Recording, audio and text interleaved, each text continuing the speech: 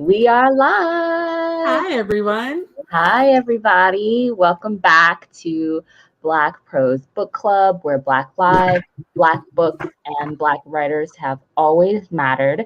My name is Oshale of Oshi Reads. I'm Brittany from Melanin Eclectic, and welcome to our first quarter book discussion. Yay! Can't believe it. We're 3 months in. We are 3 months in, which is so crazy to think about. Like, my mind is blown that you just said that. Yeah, it's like wow. Like I'm about to do like my first quarter review of Yes. like things that I set for myself, and I'm like, April is Friday. Yup. Yeah. Yeah, That went by quick. right. So we're discussing Goliath. We're discussing Goliath today. So, if you didn't know, the goal of Black Prose is where our focus this year is Black male authors. And this was Oshale's first pick of the year.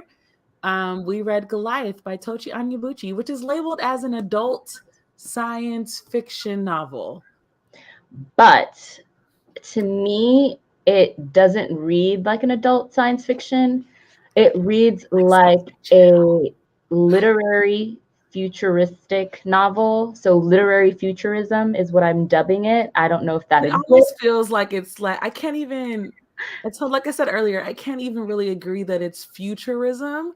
It just felt too much like this is what's happening in the next 5 years. Get ready. Okay, we're getting ahead of ourselves. Yeah. Let's start with so just letting y'all know this is going to be a spoiler-free book talk. So if you have not yet read the book or you have not finished the book, don't worry. We're not really going to be talking so much about what happens.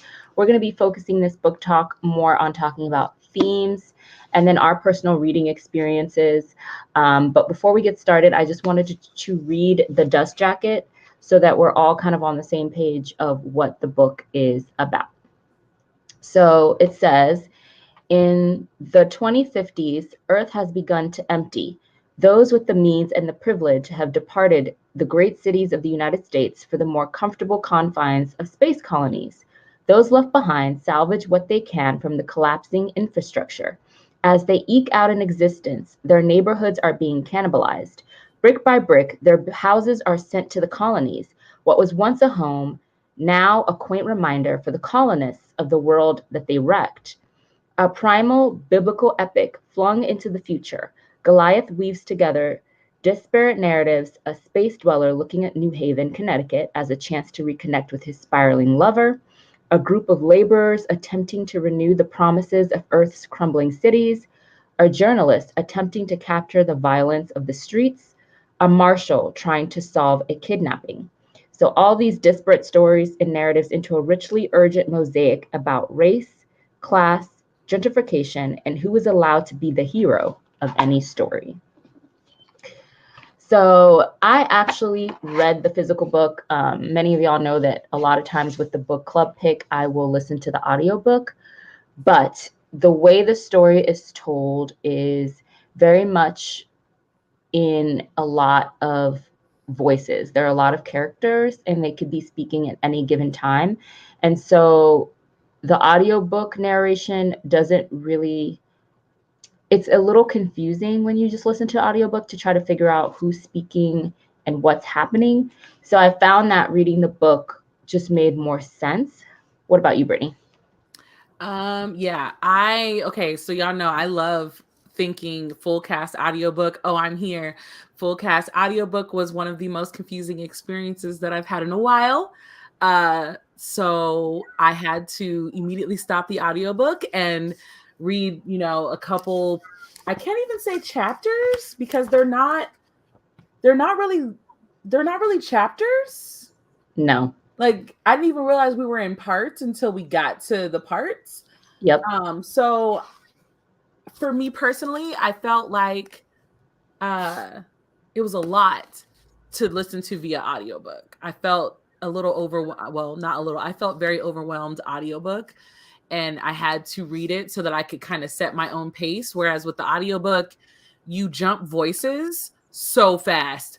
Like there is no real introduction of the characters. You just jump write in, and then you kind of just figure out which voice matches whom. And that was too much work for me. I couldn't. Nope. And I would say that if you did choose the audiobook, that may be a reason why you may have struggled with the story or struggled to understand what's happening, and maybe it discouraged you from continuing on with the book. I know somebody said that, they were frustrated and weren't able to finish because it was via audio. So I would recommend actually picking up the actual book. And I will say that the reason I dub it literary futurism versus science fiction is because science fiction has a lot of science in it. And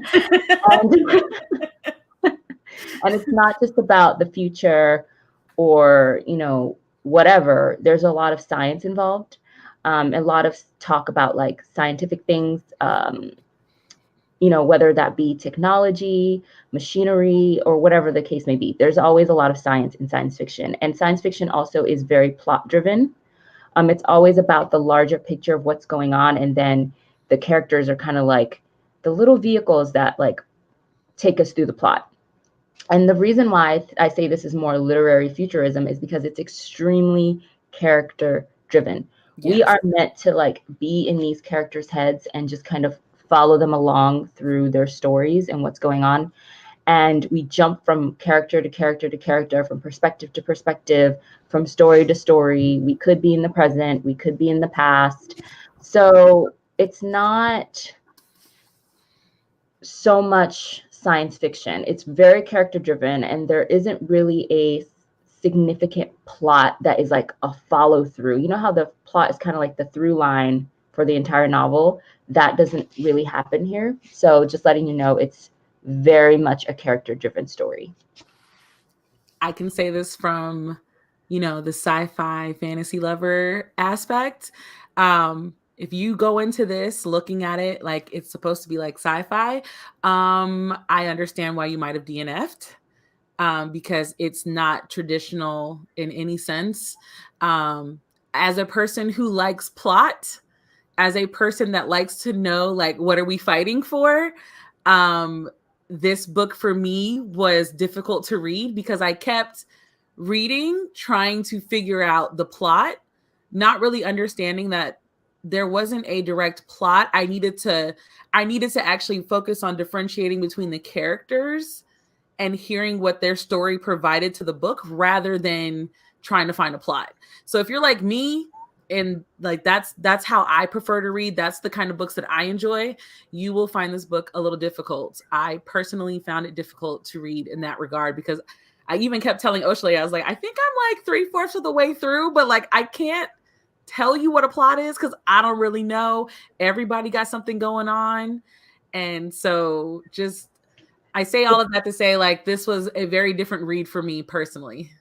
It's not like the traditional story structure where you have a plot, you have like the rising action, the climax, the falling action, and the characters are like the vehicle taking you through all of that. It's more like vignettes. I was talking to Brittany and I was like, this would actually make an excellent play, like an experimental play, or even I can even see this being a movie because there are a lot of movies that like Interstellar or like I can't think of, but movies that jump in and out of time and jump in and out of like people's perspectives. Like 1 second you're in one person's head and you're seeing what's happening and you're hearing about their life, and then in the next scene you're somewhere else. So I feel like it would be a great like book to screen or book to stage adaptation. I would love to see it. But I'm so glad that Brittany, you read this or started reading this before me, because you had already given me a heads up and I was like, okay, so I'm not going to be expecting a plot.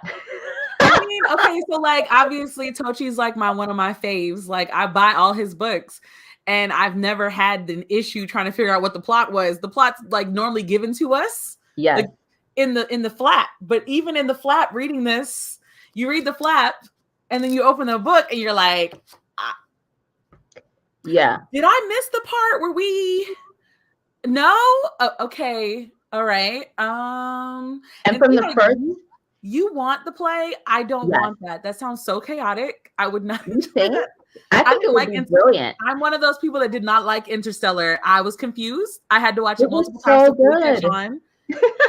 Not my style, but that's why I think you and I had different reactions to the book, because your visualization and my visualization are on two opposite sides of the spectrum.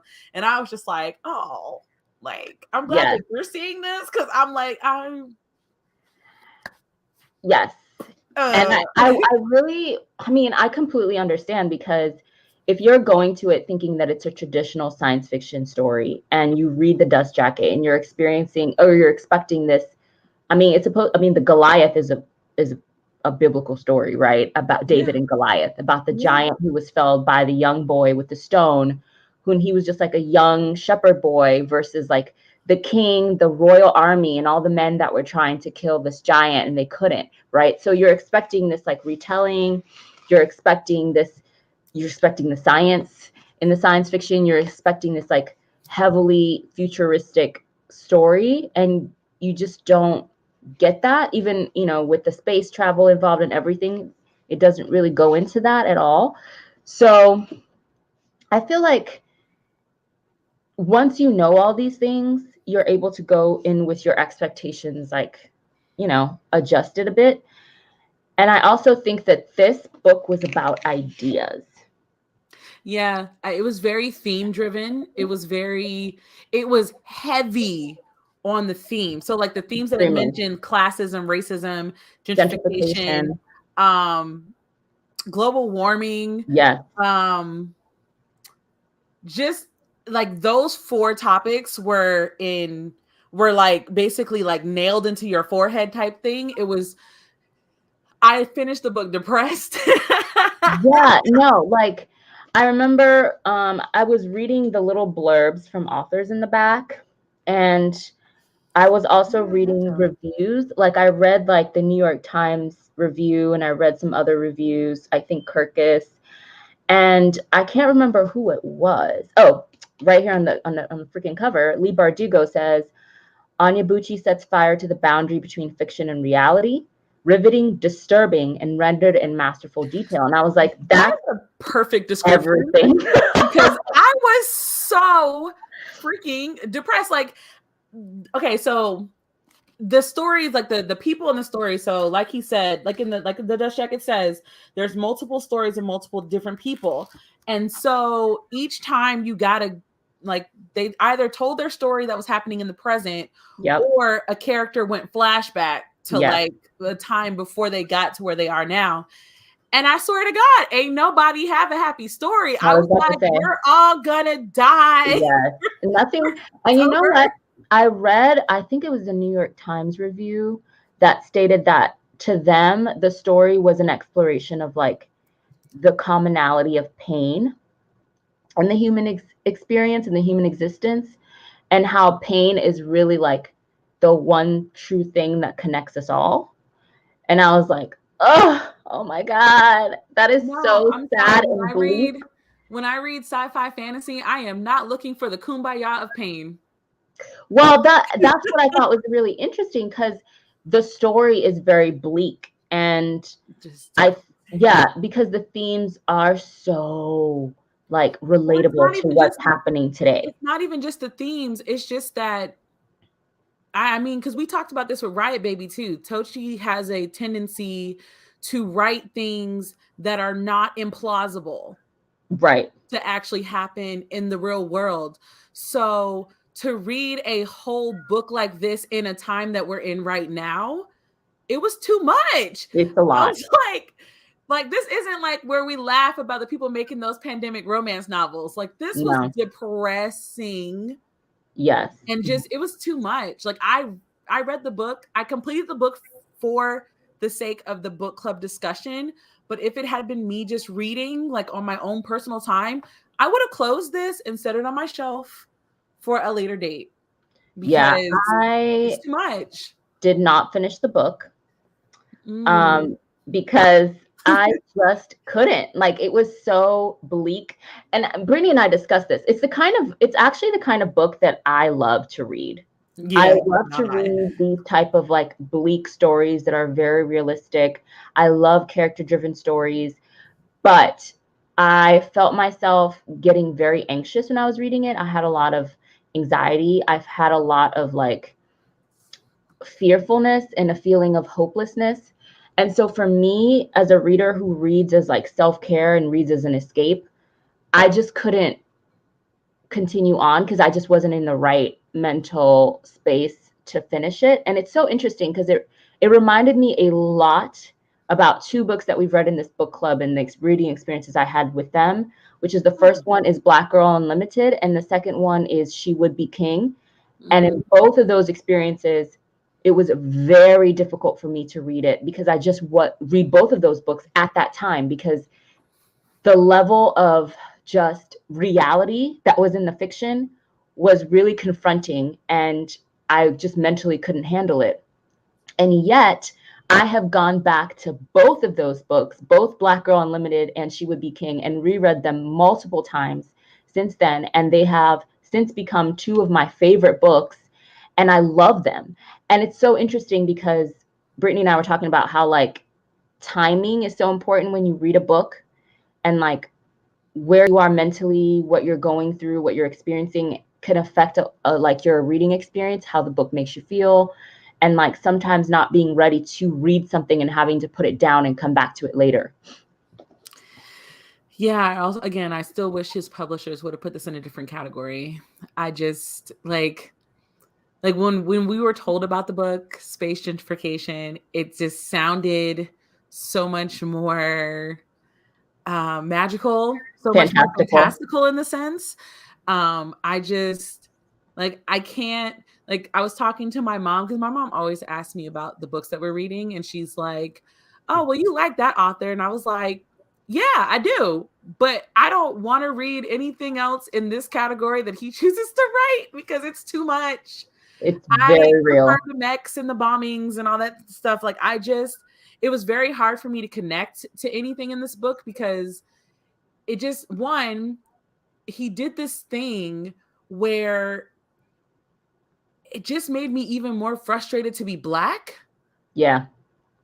And I just like to be able to do that. Like, again, I always give him credit for the way that he writes because the way that he writes and the way that he wrote this book, it gave you this level of emotion that I'm not sure if that was what he was intending or what, but I can't read books like this. It's like I already struggle with not wanting to punch random Caucasian people, get on my nerves in the face.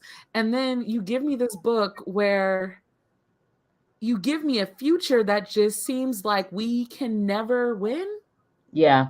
You And know, it's that you just put into words the feeling I had when I was reading the book because you know when your chest is like really really tight and you feel like you can't really breathe properly.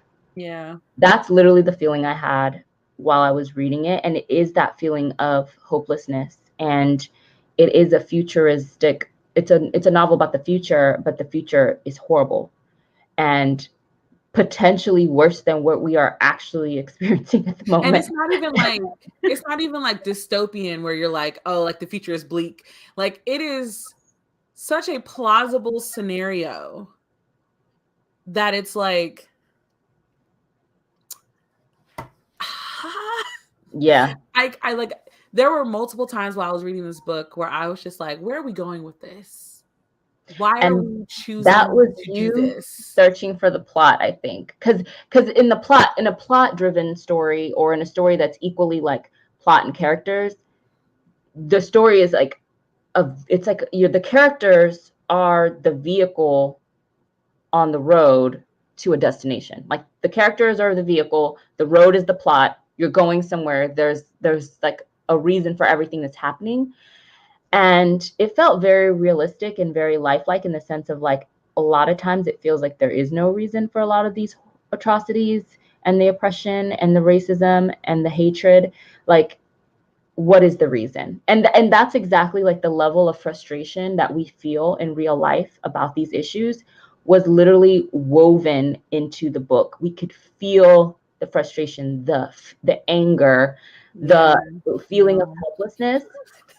especially like when certain things happen with certain characters, you could really feel it even more. And that is the reason why this will probably not be a reread situation for me, because I do not read to be reminded that this world sucks. I And know. so I just, I'm the same way. Like, I read for escapism, but at the same time, I know that I will revisit this, just like I revisited, Well, see, I read Black Girl Unlimited again, and what's funny is Deja bought up another one, Black Leopard Red Wolf. Oh, girl, I never revisited that, and I have You see how like you no don't plan. want to revisit that? No I have plan. actually been considering revisiting that, because that's still a fantastical type situation, as opposed to you wanting to go back and reading this real life stuff. I'm like, I know. I can't. I know. You know what this reminds me of? And I just came to me. This reminds me of like the required reading we had to do for school, where some of the books were so hard to get through that you would literally be like, wanting to just, you had to like grit your teeth to get through it. Not because it was badly written or anything, but because what was going on in the book was so infuriating. Like, I remember reading To Kill a Mockingbird and wanting to just like, I got kicked out of class. Punch someone in the face. Right. And it's like these books that are considered these like literary like pillars, and to the point where everyone's required to read them in school, and then you're reading it and it's so frustrating, so angering, so just like, are you fucking kidding me? But you have to keep going, you have to complete it. That's kind of you DNF. I literally, I don't know how you did it. I don't know how you did it, because I like being able to give full thoughts. So I actually finished this book a week or two ago, I think. Yeah. But I needed that 2 weeks to fully try to process what I was saying, because in my reading planner, I had actually tried to draw out like a chart. It's erased now because that was a fail. Because there were so many characters that I was getting confused. So I was like, okay, because yes, there are different characters, but some of the characters are in each other's stories. Yes. So like, I was like, okay, it's a Venn diagram. This person is this person, but this person's brother, but this person knew this person, but this person. Yep. I was like, these kind of books are not for me. I can't do it. Like I said, I got DMs from people that were like, I really wanted to join the book discussion, but I just could not do this book. And I was like, I respect that decision, because if it wasn't for the book club, I'm not sure I would have either. It kind of reminded me of like a collection of short stories, but all into one story, where each story interrupts each other and is intertwined with other stories. There are books that do that. There are short stories that do that kind of thing, where like each short story is still connected to like the overall story. Blackout is the latest one that comes to mind. But though these read like they could have been separate stories, they never really gave closure. No. Like there was no closure to any of these short stories. If we even separate them as short stories, there was never closure. There was never a solution, which could have been me searching for the plot again. I realize now that I really was searching for the plot in many different ways. So I saw a lot of things as not so great because I was looking for a plot, because again, themes are great, but you use themes to tell a story. And what did this story tell me? Exactly.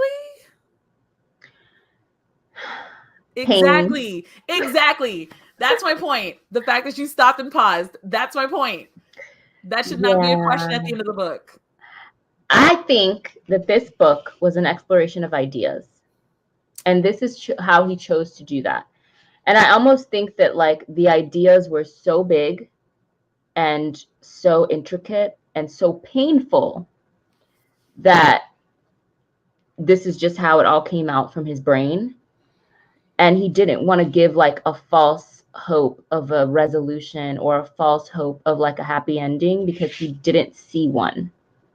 I'm like in my writer brain right now. So clearly, because I was like, why write the story if you're not going to tell me something? That's like the energy that I get from this.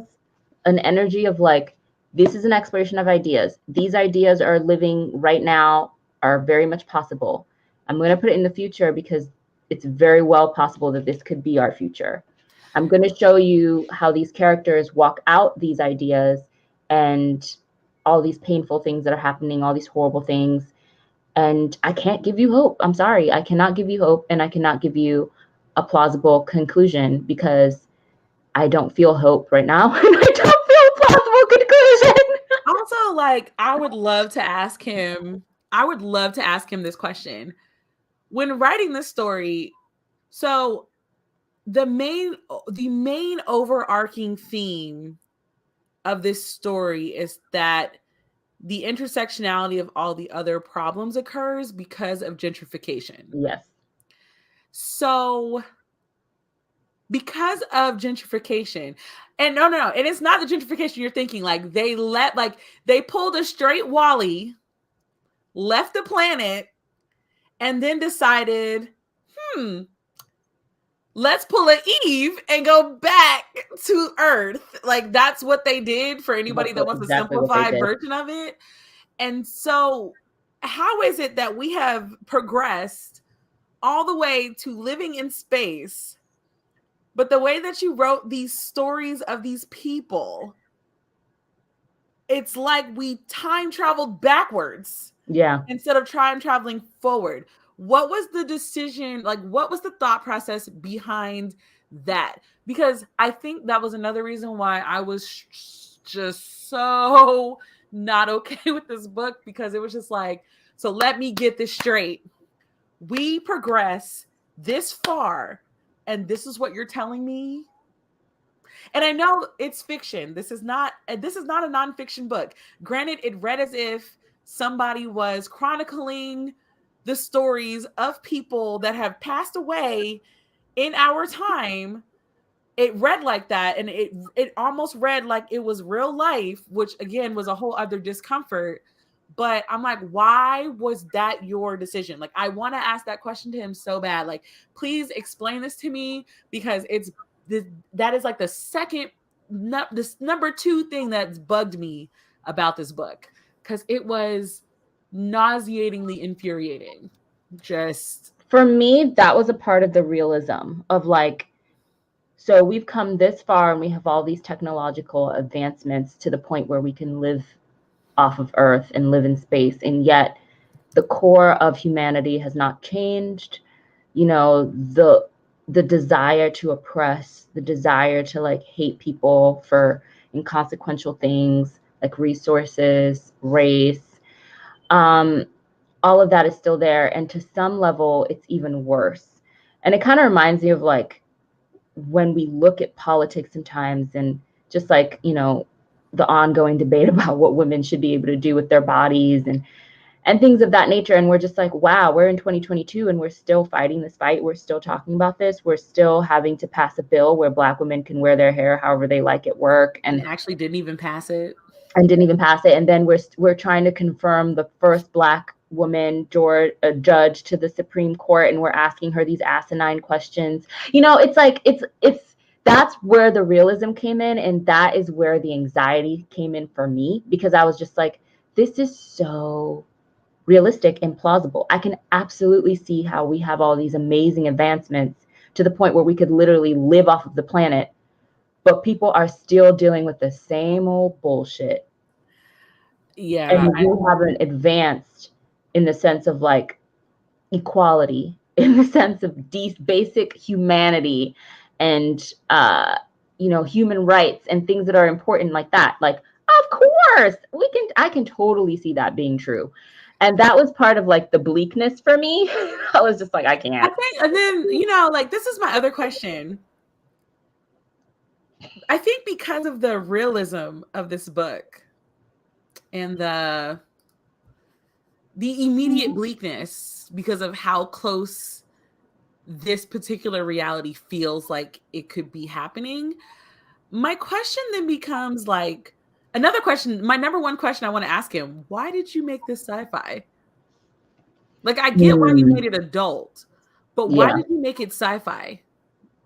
Because I know there's no like formula. I mean, I feel like there is formulas for when you write certain genres of books. And I am obviously more drawn to sci-fi fantasy, but I want to know why. Like, I because think the only reason it didn't I feel think futuristic or imaginative. It felt,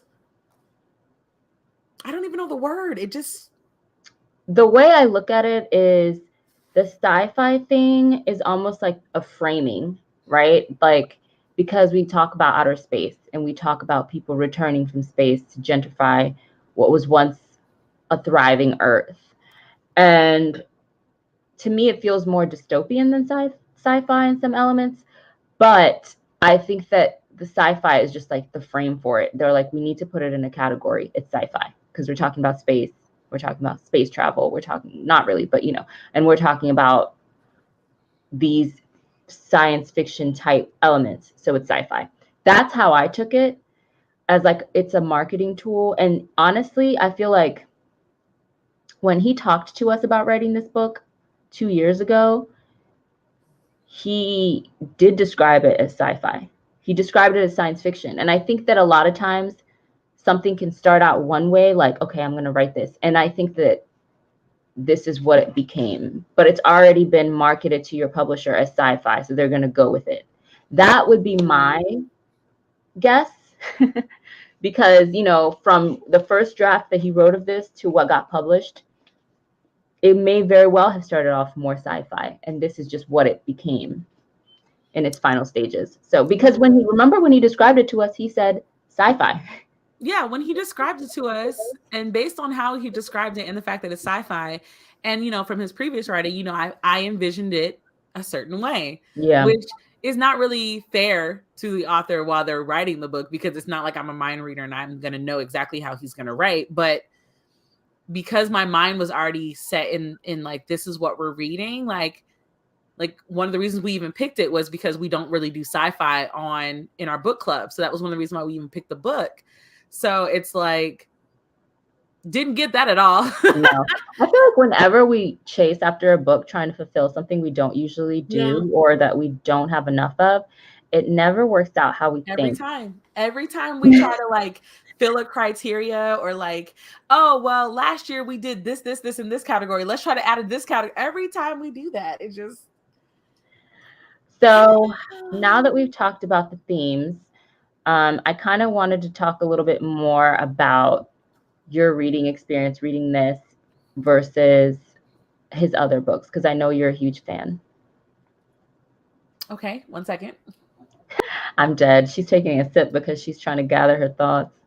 Because, like, obviously we all know he's one of my faves. I enjoy his writing. I enjoy the way my imagination gets to take off when he writes for me. Like, I'm just one of those people. If you can give me a whole visual in my mind, I am set. I got nightmares from this. I did not get happy visuals. I did not get any type of like futuristic type feel, because it didn't feel futuristic at all. It didn't feel, it just felt like I was reading a nonfiction anthology type of book rather than a sci-fi book. I struggled.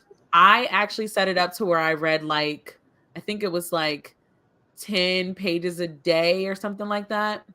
Like, I had to actually set a schedule to read this book because, like I said, personally, in my personal time, this would have been a DNF for me. I don't like reading books that put me too far into reality.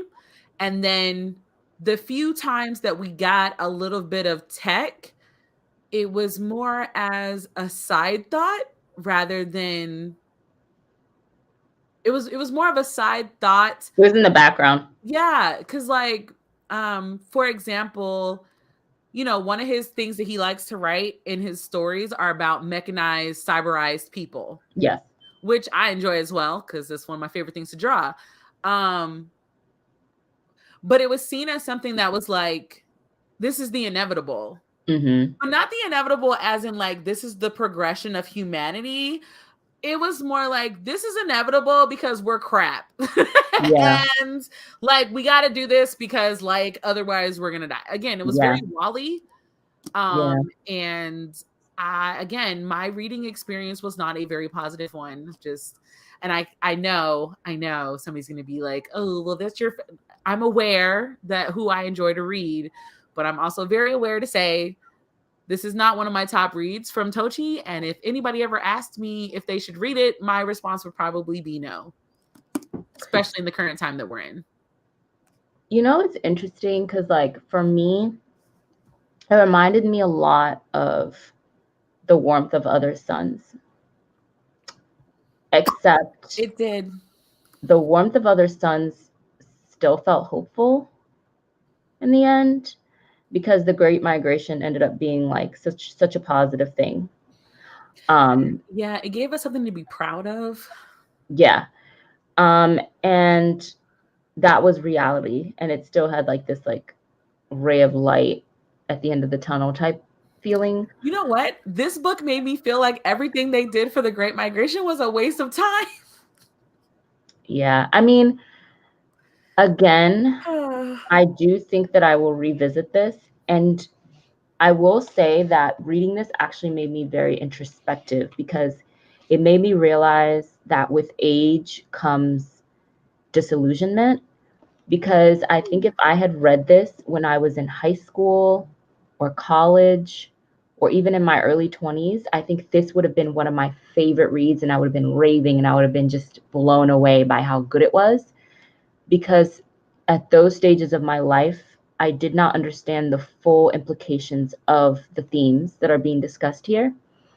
And I hadn't, like, I wasn't educated enough and hadn't experienced enough of life to truly understand the magnitude and the severity and the gravity of what is being discussed. But I think as you get older, you see more, you experience more, you learn more, you're just aware, and you've lived through more experiences. When things like this are being discussed, there's like a weight to them, especially as a Black person. There's a weight. And I honestly do think, and it made me think about that. And that's why it made me think about required reading, because I was like, wow, if I had read this, something like this in high school or even in college, I think I would have really like raved about it. Maybe not like enjoyed the reading experience, but I would have been like, wow, this is so deep, and like talks about this and talks about this, and this is so interesting. Whereas with time and life experience, this is just sad and very bleak. But I think that that's what it's supposed to be. I think that's what it's supposed to invoke in us. That's what it's supposed to do. It's supposed to make you think. I just think for me, I'm just not in a place mentally and emotionally where I can handle that level of reality in my fiction. So I have to set it aside for another time. I think you actually brought up a good point. I think it's because like like me personally, I have been doing a lot of research. I don't think I've said this on the chat, but I started tracing my ancestry a couple months ago. So I have been doing a lot of research. Like the Great Migration was very helpful. When I read that book, it was actually very helpful. It ended up me learning that my family, a part of my family actually originated from another state. And I've actually like been able to find the records. But only reason I'm learning about this kind of stuff is because I'm going back and I'm reading books. I'm reading information about, our past as Black people with slave ancestry here. And so I'm reading, I'm learning, I'm seeing the impact of what our history has done and seeing the impact of what they did and how it applies to me now. So when I read a book like Goliath and see that it was based, like in this book, it was basically as if all of that was for nothing. It was for nothing. Yeah. And so it was introspective in that sense, but it was introspective in a way where I was like, how do people not want me to hate white people? And then y'all keep doing this. Like, this is fiction. And I got the same feeling from this fiction book that I get from the nonfiction books that I've been reading about history. Yeah. So it was just like, me personally, it was too much. I just can't. I don't even think, and that's why when you say you could go back and probably read it again, I don't think I'll ever be able to go back and read this book. It just invokes a level of like, it's disappointment, it's anger, it's helplessness, I hopelessness. have the perfect word. What is the word? Despair. That's even worse. But yeah, like it's despair. Like basically, I have no good positive adjectives of my feelings from reading this book. And not only that, but like it gave me no hope of anything better, because like ain't we been hoping for things better for hundreds of years? And then we get a book that's set in the future that basically said we're never gonna get it. So yeah, I just no, Yeah. It's I like think if I that ever get to interview him again, I'm gonna be like, so we're gonna spend the whole time on Goliath. I hope you're ready for this. Why did you do this? I think that that's what he was going for. If that's what he was going for, brava. Because reading And some of like, that was almost tear invoking. and again, I think like for me, like I felt him in these pages, and I felt like the frustration he must have felt with everything that was going on from like 2020 when he started writing it up until 2022. I just like it's hard for me to describe, but on a If he spiritual level, does see I a like therapist, I feel wonder what it. his therapist felt about this I'm book. like, ooh, yeah, But you're again, I still give him the upset. credit that where credit is due. He wrote it in a way to give me the anger. So he did give me my feelings, just not the feelings I was hoping for. Like, I was hoping for an entirely different story. And I couldn't recover. Like there was no matter how many times I tried to open the book with like a lighter perspective or open the book to read it with a different mindset. Like I could not switch my brain to like go in a different direction. Like my brain was like, what are we doing? Yeah, Why are we yeah, here? yeah. Put this book away. Go read something about dragons. That's interesting. And you know what? Like, so interesting because I think about it, and I also wonder about the nuances of it being written by somebody who wasn't isn't a descendant of chattel slavery, Yeah. as far as I know. Um, yeah, like, because those are the kind of nuances I think about, because like, what is he, like, first generation or second generation He's first Nigerian generation American? Nigerian. And that's like something he and I have in common. Yeah. And so it's like, it makes me wonder about like his perspective on it, being an outsider in a sense, in that type of into to that history, being an outsider, and but still living the effects because you're a Black person in America. But then writing this, like, there's so many nuances involved, and I would love to talk to him about it. Yeah, me too. Because I want to know why. Like You want to know why, and I I just want want to to pick know his writer why. brain while he was I writing. want the thought process, because like I'm tired of reading. Like I'm already tired of reading books about race and ancestry, and like doing the ancestry thing is granted hilarious because of the stories my grandma has been telling me, and like me finding out stories about relatives, priceless. But having to do the research to understand like why we are where we are and things like that, like it's just ridiculous. And I'm just like, I don't understand. Even as a person, even as a Black person who has no ties to chattel slavery, like, is there a reason that our future cannot be seen in a like if you're gonna give me sci-fi or give me fantasy and you're gonna label me fiction, can you please not make me want to just give up on life in general? Because you basically just told me like everything your ancestors did was for nothing and a waste of time. Sorry, sis. Mm. And it's just like, That's a this lot. is You know why what? That's a I great, fly. yeah, no, you bring up so many great points. And like, I really wish I could talk to him about it because I'm very interested to know what his thoughts would be. And now that I think about it, didn't he write this after writing Riot Baby? Yes. And Riot Baby was Wow. already doing things. Wow. So That is just like, Riot Baby still how do I put this? Riot Baby had some elements to it that felt very real. That felt like that's probably what's actually happening right now, and we don't even know about it. Goliath, everything about it felt like it was happening already. Mm-hmm. Like the only thing it's even a point in the book where he was like, yeah, it all started with that Tesla guy trying to go to space. And I was like, nope. No. No. What we're not gonna do. We're not. No. Is freaking doom our future. Yeah, I was like, no. Yeah,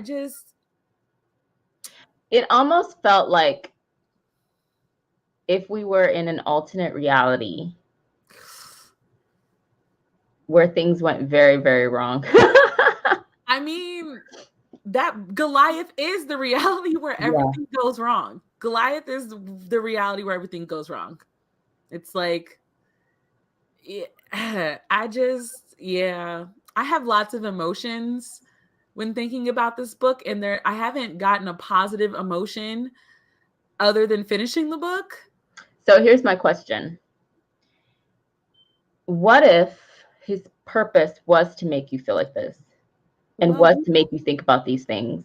I deserve brownies, wine, an apology letter, and like a warning that I'm going to literally have to consult my therapist for my feelings. Like, you can't just give me books like this and not give me something sweet to eat. I don't know.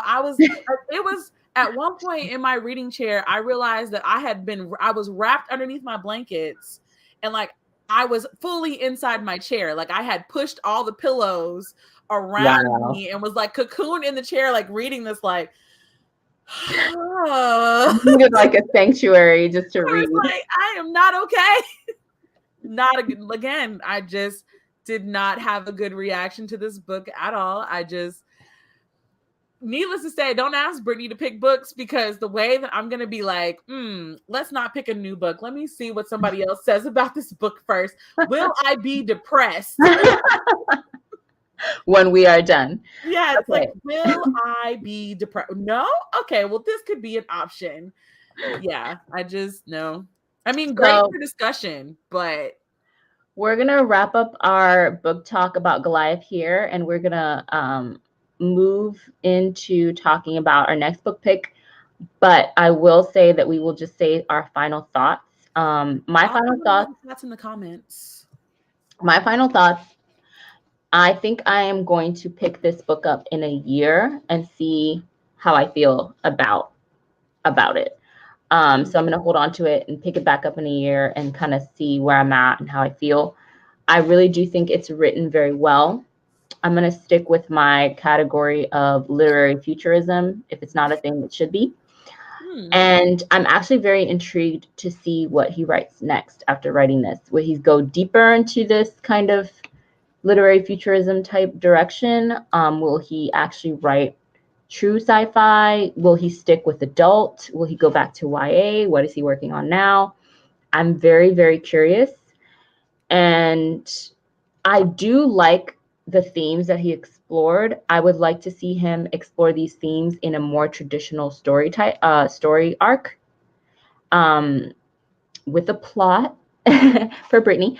And I don't know. I think that these type of themes, he's really good about like writing about them. And I want to see him explore them more in a different story structure. Those are my final thoughts. Okay, my final thoughts. As a Tochi lover, because we all know I'm still standing. Not my fave. Personally, if you choose to continue writing books in this direction, good for you. There's clearly an audience for that. I will shout from the other side because personally, for me, this book is written well enough to give me emotions and to make me feel things that I do not want to feel, that I do not feel like wanting to process when I sit down for my evening reads. So I personally will not be, if I do decide to go back and reread this book, it won't be for years. It will not be for years because because if some of the stuff that starts happening in this book starts happening in real life, I don't know how I'm gonna react. It's gonna be a whole other thing. But I also just Okay, I have a question now, but I'll let you finish. No, I'm gonna let you finish. Okay. I would like him to stay adult though, because I've kind of really been slowly like veering out of YA. So I would like him to stay adult, but hear me out. I think that he excels with his themes. I think that he writes themes very well. But I think to stay in the sci-fi fantasy realm and truly be sci-fi fantasy realm, I think we need to look into not only the themes, but giving a story as well, because character-driven plots or character-driven stories are not bad. I just don't see a lot of them in that category. Because, that's not really that category. So I think if he does choose to stay an adult, I think that he should continue. If he does choose to write more like Goliath, I think he should continue. I personally won't be reading it. I had far too many emotions. It's like when I go talk to my therapist on Thursday, like I'm gonna be like, listen, a part of my feelings are not actual feelings about my life. It's residual feelings from the 11-page journal entry that I had to write to get this out of my brain, because I was feeling so many emotions that I wasn't sure what to do with them, because I got the emotions from a fictional story that felt so real and so plausible that I was it's like a physical reaction, holy, everything's awful, we're all gonna die. I want more adults. Like I said, please stay adult. If you choose to keep doing this, also give us some adventures. Again, dragons are always recommended to give me a palate cleanser, because for me personally, with the way that my reading style is, this was not my favorite. But you may ask your question now while I sip. All right. So I have two things. My first comment is it's very much possible to have a character-driven science fiction book that is also very much science fiction, because I think about Escaping Exodus. My second thought is I actually started thinking about Octavia E. Butler and how she does similar things with her work and themes, and how you can be very depressed while reading her books. Parable of the Sower. But yet her stories are so necessary, and how she can predict the future. Some of the stuff that she's written about has happened. I think that's probably what scared me, is the fact that because it did kind of give me Octavia vibes in that sense, where it was I don't think people realized how spot on Octavia was when Octavia was writing these books. So if he's going in that vibe, I don't want these problems, I honestly think that if it had had more of a plot, I think you would have felt safer. I think you felt unsafe while reading it. Maybe. And again, I think that's a thing to consider. We're not telling you not to read this book. It's the same way we did with the other books that we didn't if I don't enjoy a book, I'm not going to tell you not to read it. I'm just telling you these are the emotions that I felt while reading it. So please take care, because like you see, me and Oshley had different reactions to this book. Oshley actually DNF'd it and still had a more positive reaction than me, who finished the book. So I'm not telling you don't read it. I'm saying that if you are very sensitive to the current times that we are in, I recommend, supporting Black authors, great, but maybe sit it on your shelf for a while. Yeah, I agree with you. If it wasn't for this book club, this would have been a pause on the shelf for later, because it is very intense. And not intense. It's intense because you're literally reading about people that you can really imagine truly existing. Yes. He did a brilliant job with the characters and how real it felt. and the themes, and I'm just excited to see what he does next. But that is the conclusion of our discussion of Goliath by Tochi Onyebuchi. And now I will let Brittany announce our next quarter's I never book say his pick. name right.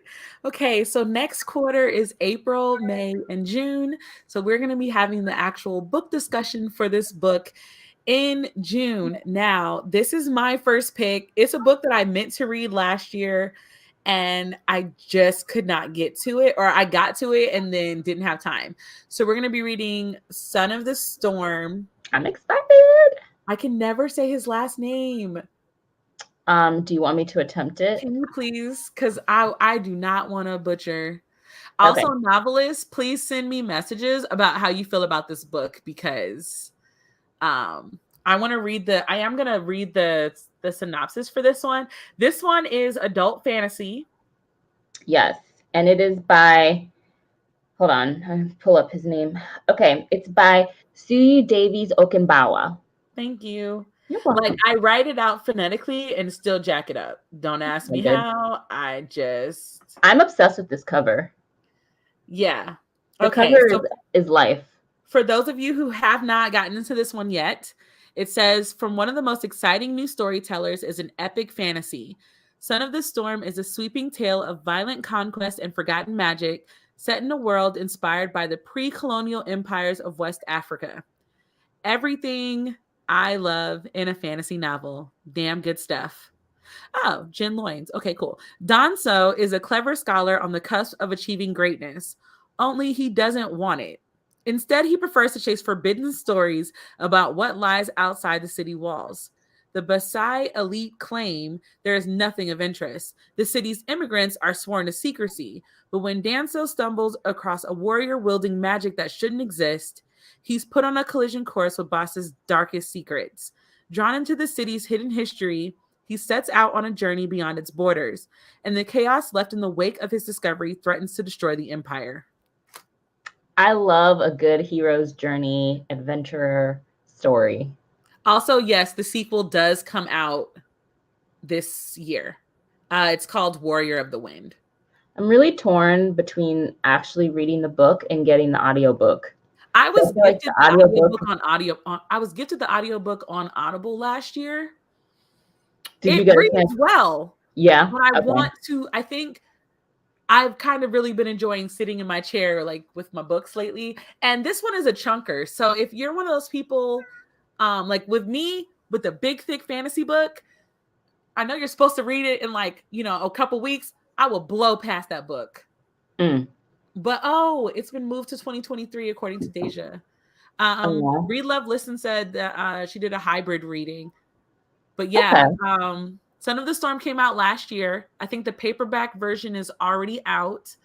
But also it should be at the library by now. Yeah. Is what we're hoping. And then I think it's also on, is it on Scribd? Hold on. I forgot to check all of this information before we got on today. Sorry. It's okay. Plant stuff. Your girl tripped over a plant and spilled it all over her floor. Because you were so emotionally distraught. Truly was. Okay, so it is not actually on Scribd. That sucks. So maybe check your local library. It might be on there. I got it on Audible as a gift. Oh my God, Read Love Listen. You're going, why do you have 4 copies? First of all, wait a minute. Yeah, I bought the book, the audiobook, and the ebook. I have a problem. And she wanted art. Get out. Oh my God. I want to buy the book because the cover is beautiful. And like, I have this thing about like big books. I just love when books are like big and thick, beautiful cover. I have to order this book online because I do want the hardcover. But I swear to God, if they give us a trilogy and they change the cover on the third book, they will. Size as the other hardcovers. Just mentally and emotionally prepare yourself. No, because it's wrong. It is wrong. Not only do they change the cover art, but they have the audacity to change the size of the book. So you'll have like 2 of the regular size, and then there'll be a smaller one with a totally different.